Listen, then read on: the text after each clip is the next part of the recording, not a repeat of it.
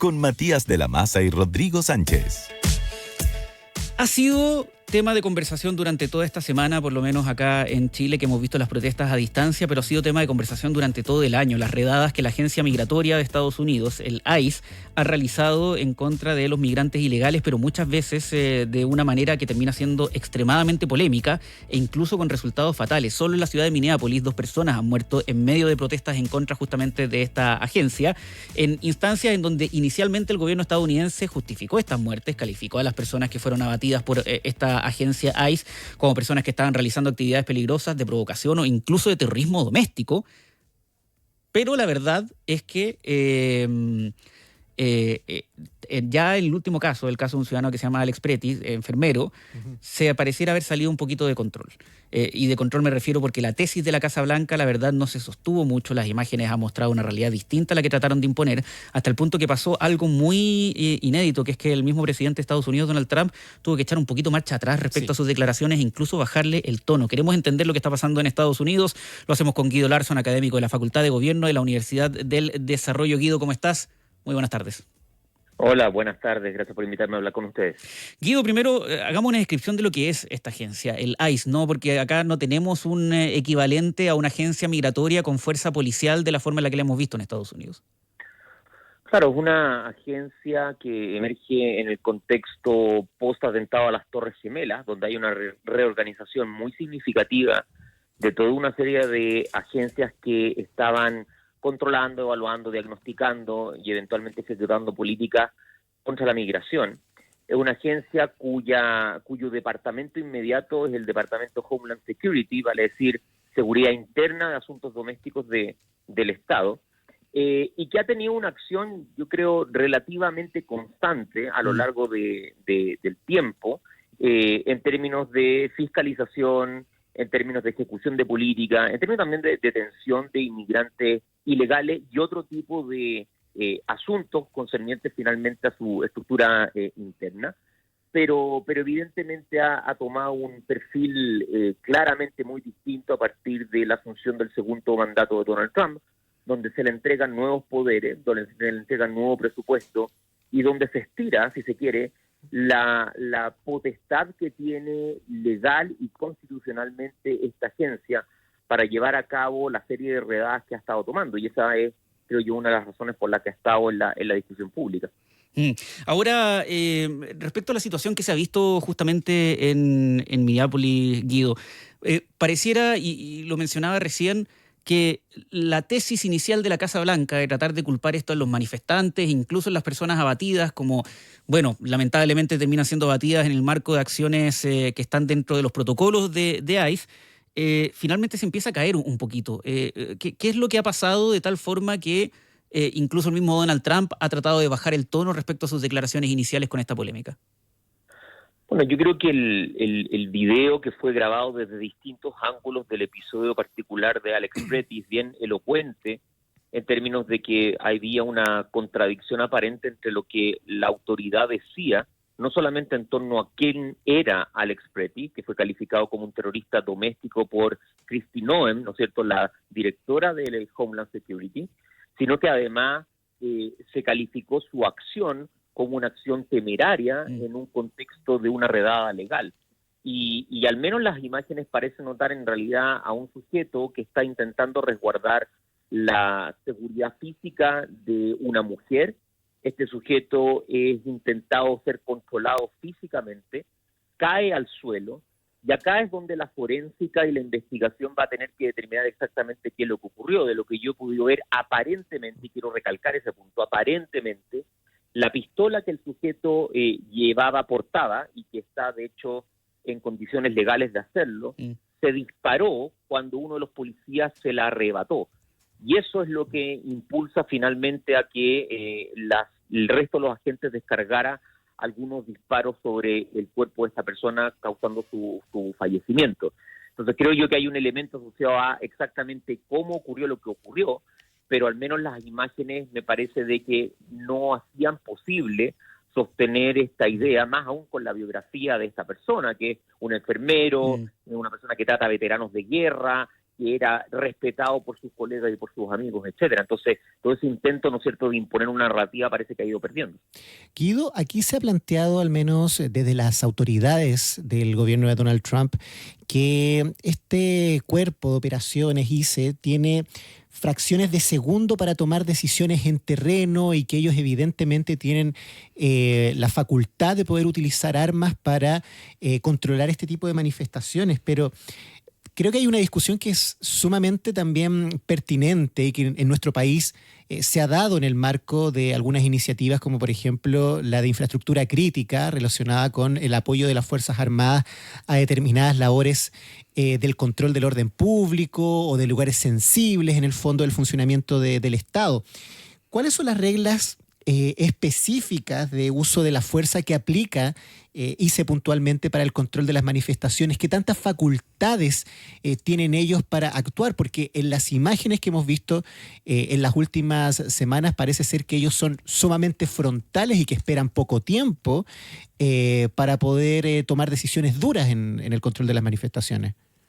Claro, la pregunta es realmente muy complicada porque ahí está parte del foco de discusión crítica, porque por un lado la administración dice de que ICE debe respetar particularmente el marco de la Constitución, sobre todo la cuarta y la quinta enmienda. La cuarta enmienda es la que determina de que toda investigación debe ser basada en el principio de causa probable. Esa es la noción legal dentro de la Constitución, y también la quinta enmienda, que en alguna medida asegura un debido proceso a nivel legal. Y es una pregunta difícil porque ha habido jueces y ha habido un debate a nivel legal en términos de cómo definir exactamente causa probable y cuál es en alguna medida el procedimiento para el debido proceso. Y ahí hay cuestionamiento en parte, particularmente a la administración Trump, de ser extremadamente laxo en el ámbito de la causa probable. De hecho, probablemente ustedes han escuchado el hecho de que se han comenzado a arrestar personas fundadas en percepciones visuales de los agentes. Claro. Estoy hablando, para decirlo claramente, en base a criterios de orden racial. Y eso viola, entre paréntesis, la 14ª enmienda que asegura igualdad ante la ley. Entonces, me parece a mí de que el protocolo es causa probable, debido proceso, pero el problema es cuando la causa probable es definida más allá de la sensibilidad que tiene la ley y cuando debido proceso viene anticipado de órdenes judiciales que le entregan potestad a ICE.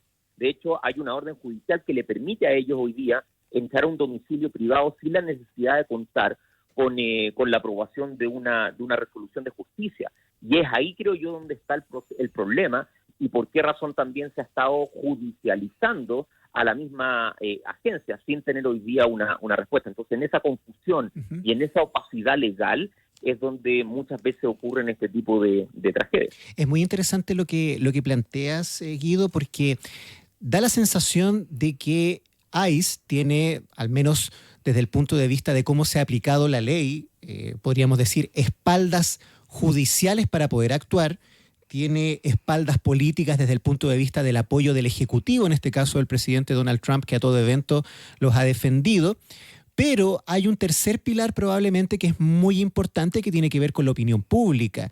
Y obviamente en los últimos días la reputación al menos de ICE se ha convertido en algo dudoso, se ha convertido en algo más bien débil, producto de las imágenes, de las muertes y evidentemente del uso excesivo o el posible uso excesivo de la fuerza a la hora de contener las manifestaciones.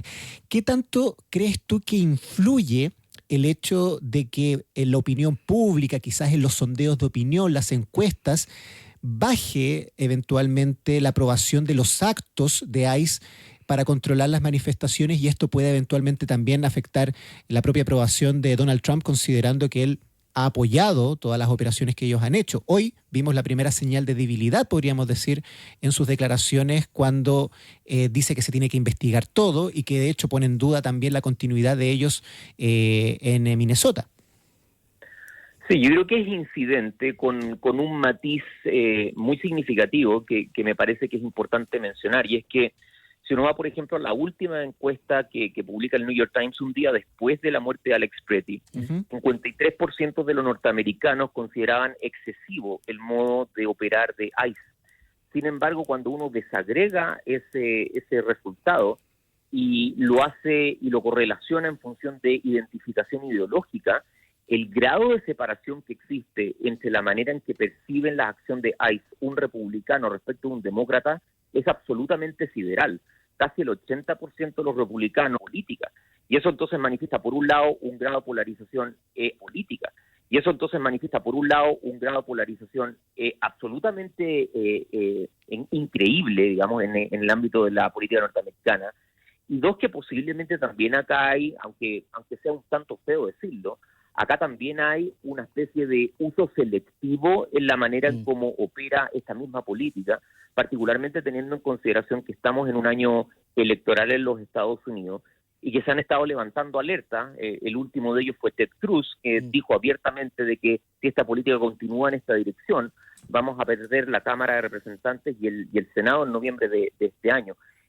Pero me parece a mí de que es más el activismo, vale decir, la manera en cómo Minnesota y Minneapolis en particular, Saint Paul también, han salido a la calle y han presionado a su gobernador, lo que ha exigido obviamente reformas y transformaciones a nivel de esa política, que la pura opinión pública. En un contexto, y ojo con esto, donde hoy día, hace exactamente más o menos una hora atrás, ya hubo también otro incidente con una persona que fue baleada en Arizona por un miembro del patrullaje fronterizo, y es una persona que está en estado crítico. Entonces, podríamos tener 3 personas en una semana o algo así, fallecidas por producto de las políticas de Trump. Y lo que puede provocar eso, bueno, es evidentemente incierto, pero ciertamente puede incentivar y magnificar la protesta política que ya estamos observando.